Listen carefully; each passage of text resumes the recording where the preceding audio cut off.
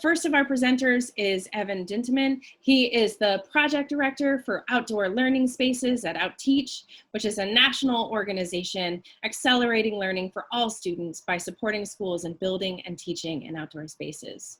Evan has extensive experience in sustainable landscape and outdoor education design in large and small spaces across DC as well as nationwide. And also we'll have Ronnie Webb. Ronnie is a DC native and the president and co-founder of the Green Scheme. Green Scheme was founded after Ronnie realized that there was a lack of environmental awareness in his community. And it's really designed to educate people of diverse cultural backgrounds about their role in the environmental movement, and plays a key role in building community-centered identity to plant gardens and support healthy food initiatives in some of the most barren food deserts in the city. Also with us today is Sam Ullery, who is the school garden specialist for the Office of the State Superintendent of Education. He was a classroom teacher for many years before dedicating himself for nearly 10 years to supporting school gardens across the District of Columbia. We are thrilled to have all of them. So for now, I am going to pass it off to Evan. Thank you. Well, thank you, Brianne, and I'm just really happy and thrilled to be here with everybody today. Just thanks for taking your time to join us and learn a little bit about designing and expanding and building upon great outdoor spaces that it sounds like most of our schools represented here today already have some form of outdoor space. So what I'm going to talk about today is kind of a threefold approach. The first thing we're going to discuss is kind of the stakeholders that surround an outdoor space, and Ronnie will be elaborating on that in his presentation as well. And then I'm going to touch on actual, physical elements, how you make an outdoor learning space, what components could be easily added to gardens that schools may already have, or expanding on outdoor spaces that schools already have. And then last, I'm going to touch a little bit on the support that Outteach provides to teachers and to schools to help take these outdoor spaces and bring them to life. But first, we're going to jump right onto Slido, and we are going to look at a question about stakeholders. So what I want everybody to do is just take a minute to jump on Slido and comment who your partners are, or who you think good partners are in your outdoor spaces. If you're thinking about building an outdoor classroom, or you already have a garden, who are the stakeholders that are important to making that space a success? So if you jump onto Slido, I think Brianne is going to pull up that question for us.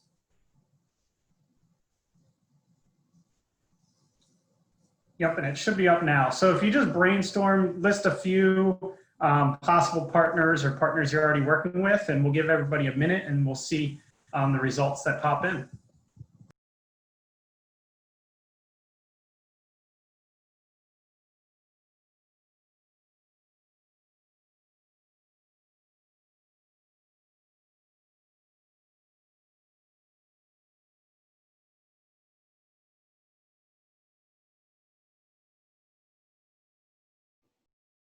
These are some excellent partners popping up. Parents and families, other staff members, EcoRise, ooh. Lots of different organizations, master gardeners, food banks, neighborhood garden orgs, principals and assistant principals, yeah. Other teachers in your school, yes. PTAs. Yeah, if your school has a gardening instructor, of course, they are a great partner.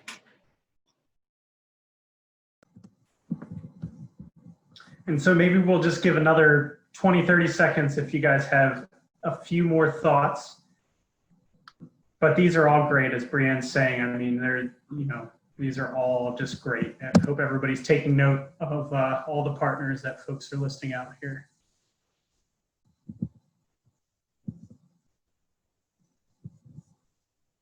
So Laura, why don't we jump back into the presentation? And I think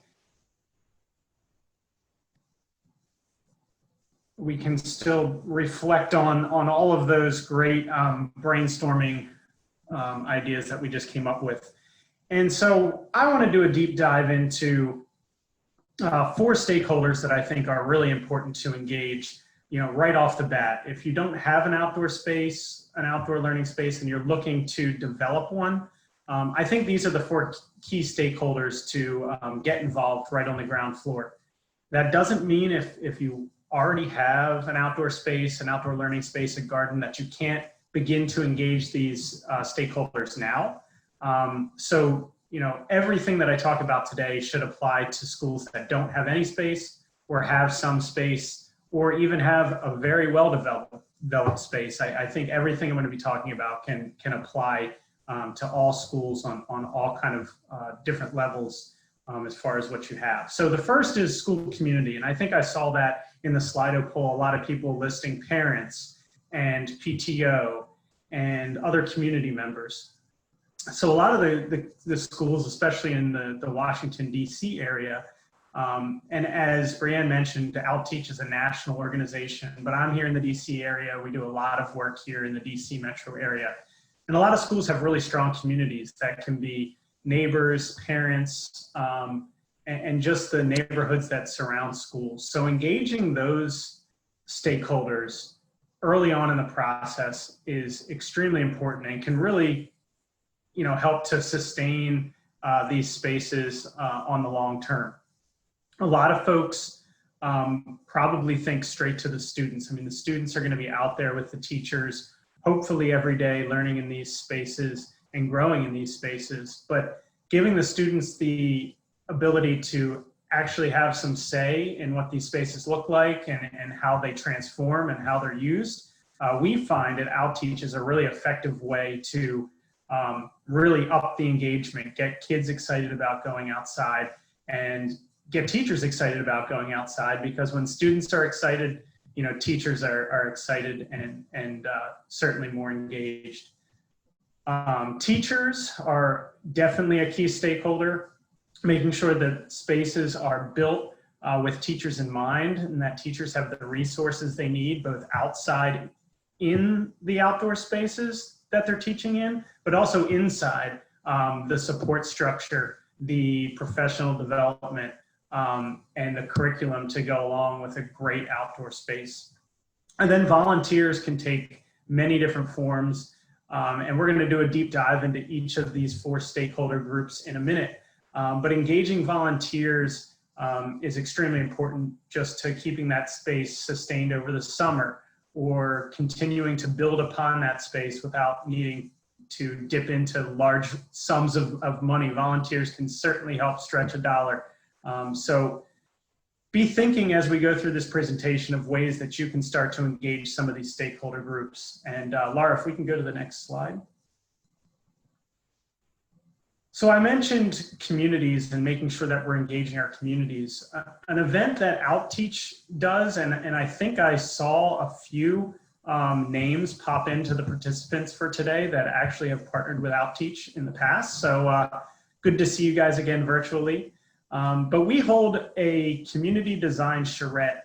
We call it our Design and Dine, because we actually throw a mini dinner party and we work with community stakeholders and teachers and parents and students to brainstorm what we want in our outdoor space at that specific school, and also brainstorm the longevity of the space, how the space will be sustainable.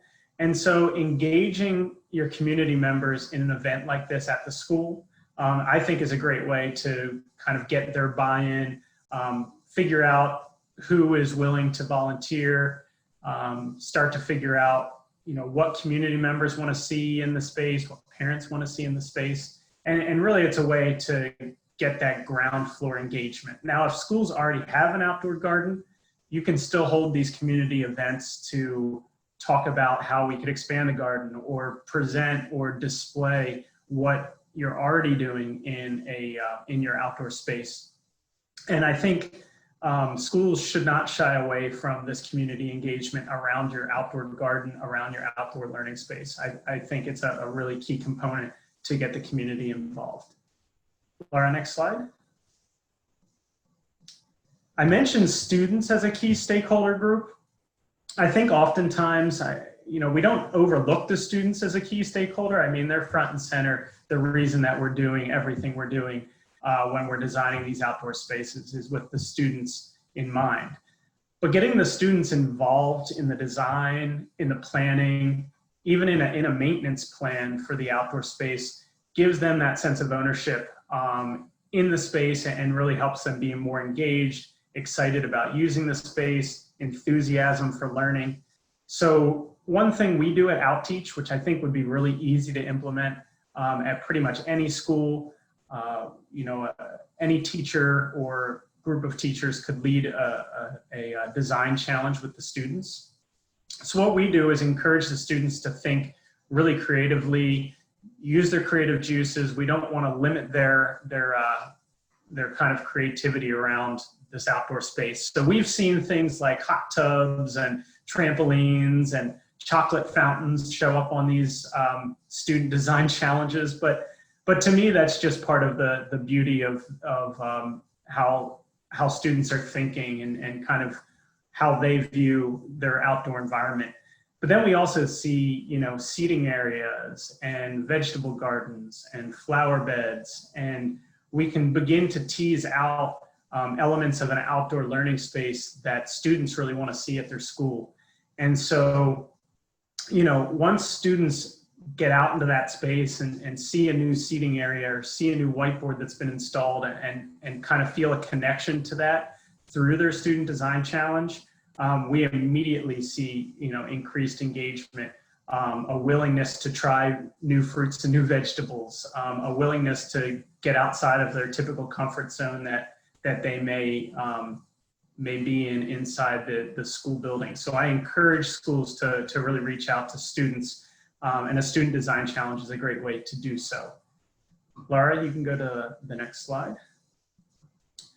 So I mentioned teachers as a key to success of an outdoor space. I mean, at Outteach, we put teachers first. Teachers are our primary focus because we know if teachers have the resources they need, teachers feel empowered and also feel confident taking lessons and curriculum outside, that will trickle down immediately to students and student success. So Outteach likes to work one-on-one with teachers to brainstorm specific elements for the outdoor space. We look at a campus plan and we develop a master plan together. That can be through a similar design and dine event. That can also be through teacher working groups that some schools develop, 10 or 12 teachers that work with a designer or work with a parent volunteer who's putting the design together and kind of create a group that can inform that design on behalf of the teachers.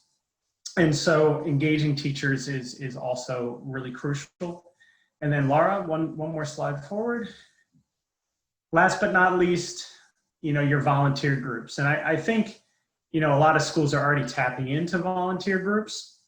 But one suggestion I might have for schools that already have an outdoor space or are thinking about creating an outdoor learning space is to utilize your volunteers, but don't overextend your volunteers. So think about volunteer events in smaller chunks instead of one big volunteer event every year or 2 volunteer events a year, maybe a volunteer event every month that may last only an hour or 2. That's a quick garden cleanup after school or in an evening.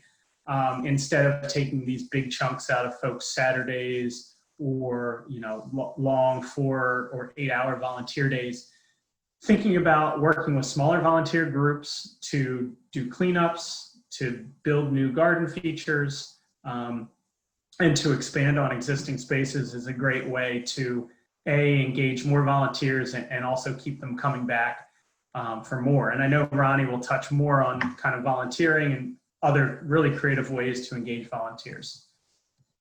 So Laura, next slide. So we're going to jump back onto Slido now, and then I want to spend some time talking about expanding outdoor learning spaces, some key elements to outdoor learning spaces, and then some elements that you can continue to add on. So on Slido, if everybody could just jump on And we're going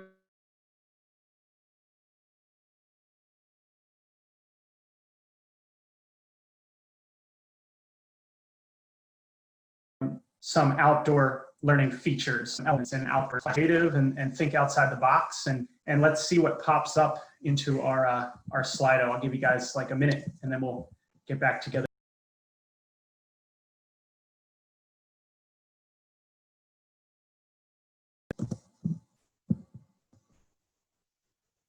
So seating, I see popping in. Fresh air, that's a key component to an outdoor space. Composting, small group gathering spaces, tables, benches. Unexpected learning opportunity. That's very broad, but I do love thinking outside the box. I do love thinking outside the box. Greenery, areas to get messy, certainly. That's important for students to explore and be able to get their hands dirty. Tactile learning environment, a whiteboard. The word nature showing up big, open space.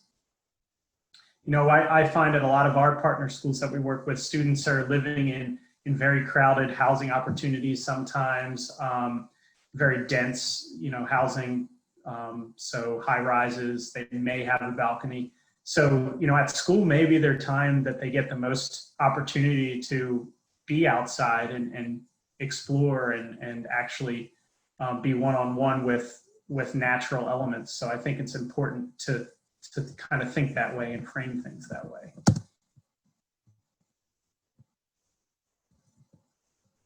So I think this is great. We can kind of refer back to this as we move forward. But Laura or Brianne, anytime you want to go back to the slide, that would be great.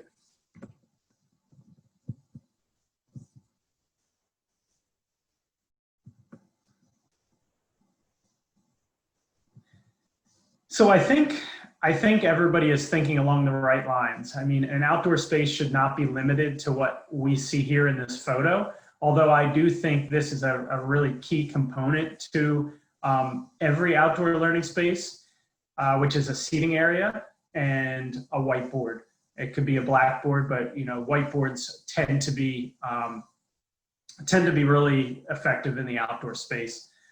Shade is also an important element, but when you bring these three elements together, I believe that it kind of gives a little bit of some sort of familiarity from the indoor classroom to the outdoor classroom. So a lot of times our instructional coaches at OutTeach will start a lesson outdoors in this seating area with the whiteboard, you know, students sitting, looking at the instructor. And that's where we'll spend 5 or 10 minutes kind of setting expectations, talking about the lesson that we're going to be doing, talking about the data we're going to be collecting.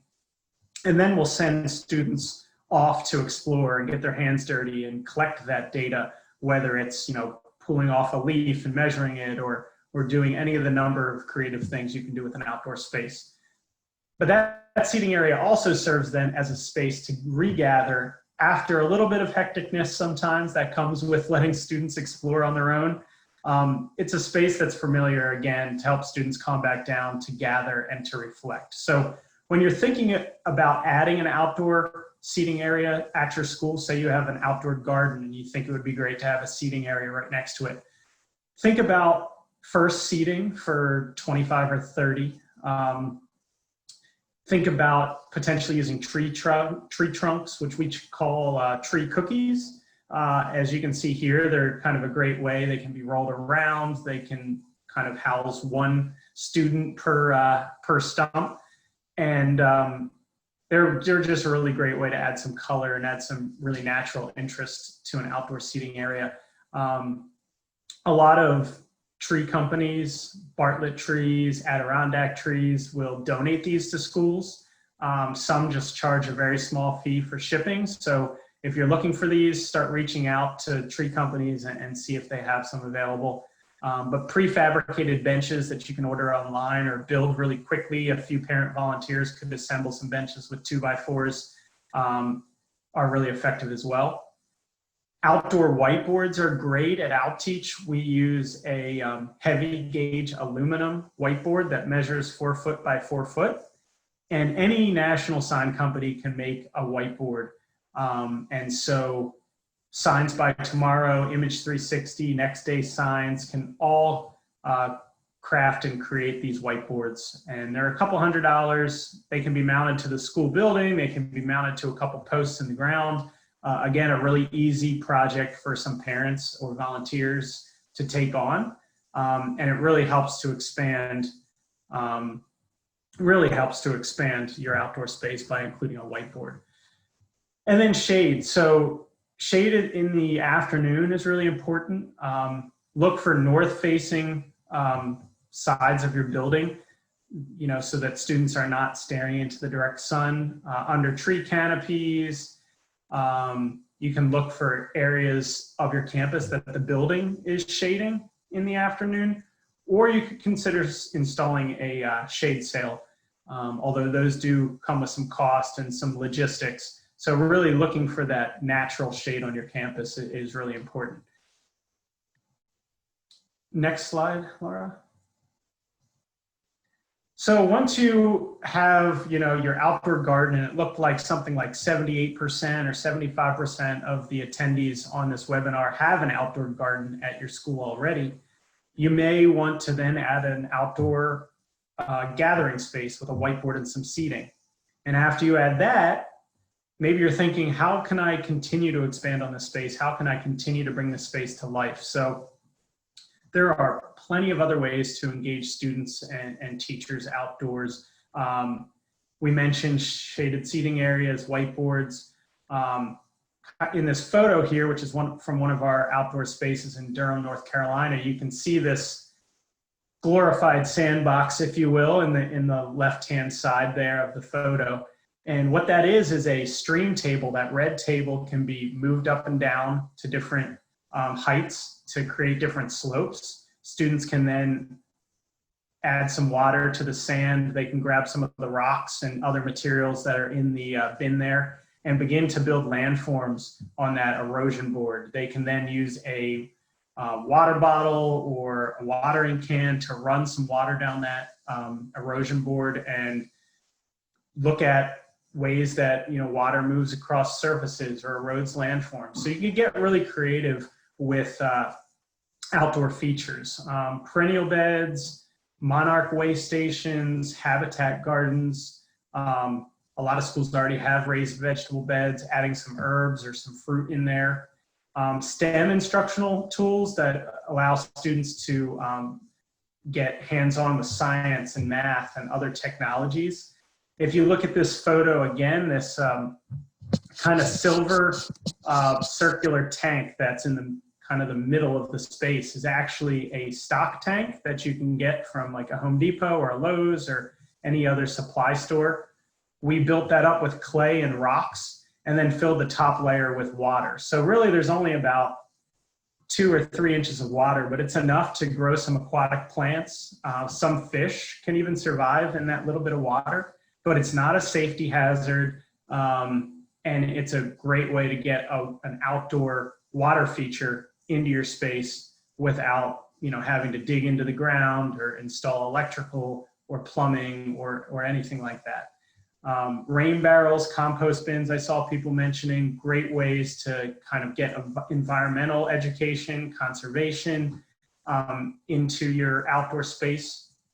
If you install a garden shed for storage, you can include a rain barrel right on the side of that shed and start collecting stormwater. So thinking really creatively, brainstorming with your teachers, with your PTO, with the community is a great way to come up with a lot of these awesome ideas. Next slide. So just to wrap up my presentation, I'm going to take about 10 minutes here to look at a bunch of photos and really zoom into some different case studies on spaces that we've designed at Outteach.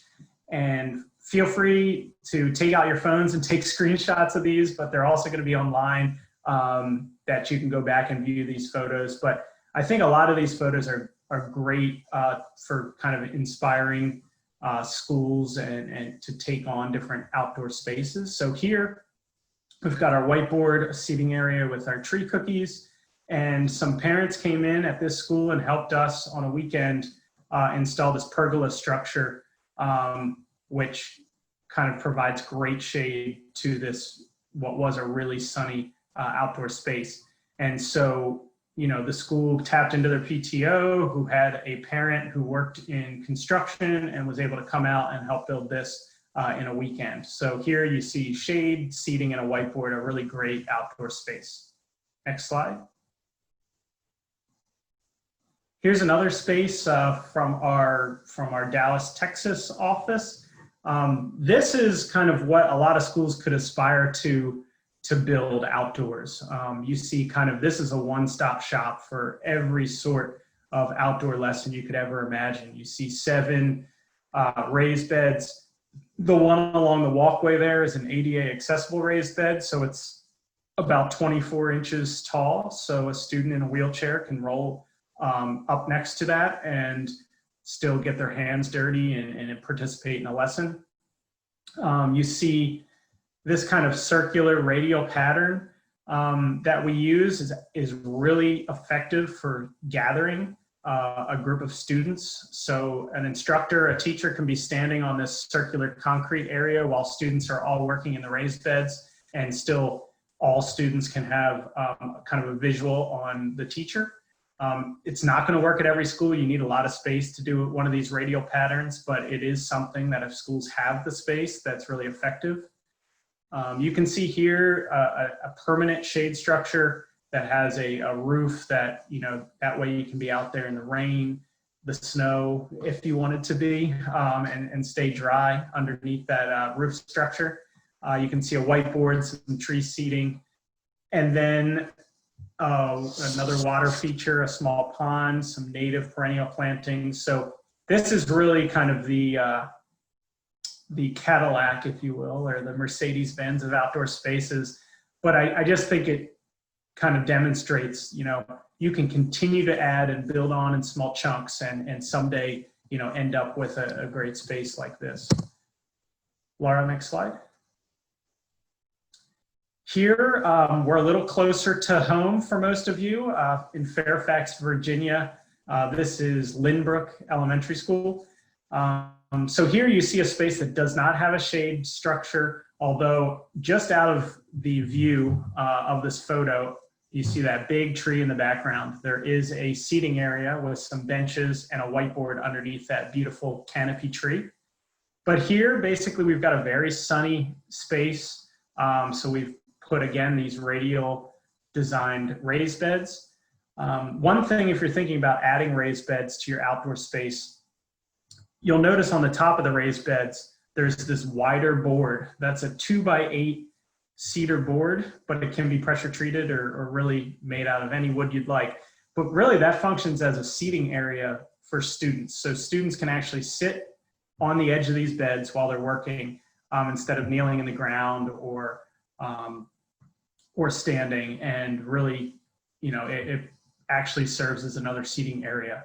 You can also see just in the background, and Laura, I don't know if you have the capability to kind of point to it or throw an arrow at it, but there's a feature that we call a root viewer, which is actually a plexiglass planter, and Laura's kind of pointing at it right there.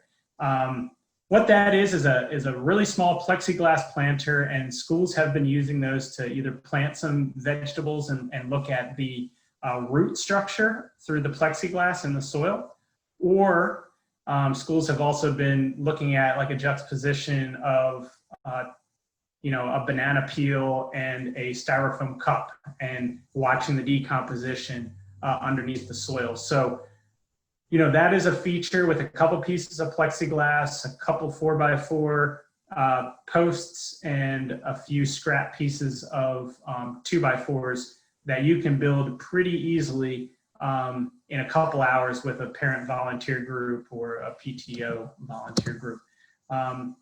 Another really easy feature, you'll see there's this thermometer, this big circular thermometer. If you just get a 4x4 post from your local hardware store and attach things like a thermometer, a wind gauge that will spin, or a wind vane that will spin on the top. You can get a barometer, a rain gauge. You can create a really quick data collection station for weather monitoring. So you can have students go out there and take the temperature, look at recent rainfall, look at wind speed, and for that feature, we're looking at maybe $100 worth of materials in an hour worth of time. So really think creatively about these small features that you can add in really small chunks across the year to really build upon outdoor garden spaces that you may already have, or outdoor learning spaces that you may already have. Next slide. Here is Ketchum Elementary in DC. So really close to home for many of you. So here you see raised beds, an ADA walkway, and some vegetable gardening. I wanted to stop here and just talk about raised beds for a second, because raised beds are really a great way to jam a lot of curriculum into one outdoor feature. So obviously you can look at science, and you can talk about planting and look at vegetables, and that ties into healthy eating and the life cycle of plants. But you can also use raised beds as a math exercise. You can actually take area, perimeter. You can work on volume with raised beds, and actually calculate how much soil you would have to order to fill a raised bed. So there's a great math lesson. And one of our instructional coaches also teaches an English language arts lesson using a seed packet for a vegetable. So if you take a packet of seeds, there is so much data and writing and other things you can get off the back of a seed packet. So usually they have spacing of plants, so 18 to 24 inches apart. So you can begin to work with your students in actually calculating how many vegetables could fit in a raised bed. Usually there's a description with some words that may be new vocabulary to students, like heirloom. Like, what is an heirloom tomato? What does that word mean? There is also stuff about climate zones on the back of the seed package. There's also things about watering and care. And so using a seed pack, which you can hand out to students and they can engage with, is a great way to kind of get all of those curricular connections around a raised bed, and a very simple feature that many of you guys already have in your outdoor classroom spaces. Laura, next slide. And so I think this is our last slide where we're looking at outdoor spaces, and I'm going to talk just a little bit about our curriculum and our professional development at Outteach. But this is another space in our Dallas, Texas region. You can see here we're using that north-facing side of the building to cast a shadow in the afternoon on this outdoor gathering space. So in the morning, this will have some sun on the students' backs, but really the shade starts coming over around 11 a.m. and this space is fully shaded in the afternoon. But again, just thinking creatively about how you can install these outdoor spaces and get these spaces at your schools, especially with COVID and the need to socially distance and be outdoors. I think adding these spaces can really serve schools well this year and for years to come. And so here you see, welcome signage, student artwork, a whiteboard seating, and the shade from the building. And Laura, next slide. So at Outteach, we feel like, installing these learning tools, which we call them, these great outdoor spaces, dynamic outdoor classrooms, is only part of what makes these spaces successful. The next, we feel, is making sure teachers have the resources they need to manage classes outside, to take curriculum from the indoor classroom setting to the outdoor classroom setting, and to really engage students in that hands-on education. So at Outteach, we also build, we do work with schools to build these outdoor spaces and design these outdoor spaces, but then we also can work with schools that have existing outdoor spaces, or want to expand on their outdoor spaces to provide professional development to teachers. And we can do full staff trainings and one-on-one trainings with teachers to help them, connect with those spaces, feel comfortable working in those spaces, and learn all the things that you can do in an outdoor space. And Laura, last slide, please. So just kind of diving in a little deeper on our professional development, we offer one-on-one instructional coaching. We do group trainings with full staffs and workshops. We have something called our professional learning community, where educators from all of our partner schools get together. It used to be in person. With COVID, it's going to be virtual, at least for the coming year. But it allows schools and educators to share their ideas, what's working, what's not working. And so, I encourage you, if you're interested in finding out more, we can kind of give you a temporary password to our online coaching center where you can see some curriculum and some instructional videos. So feel free to reach out to me or check out our website. You can find out a lot more. So that's all I have now for my time. If there's questions, I can answer them in the Q&A at the end, but I'm going to hand it back to Brianne.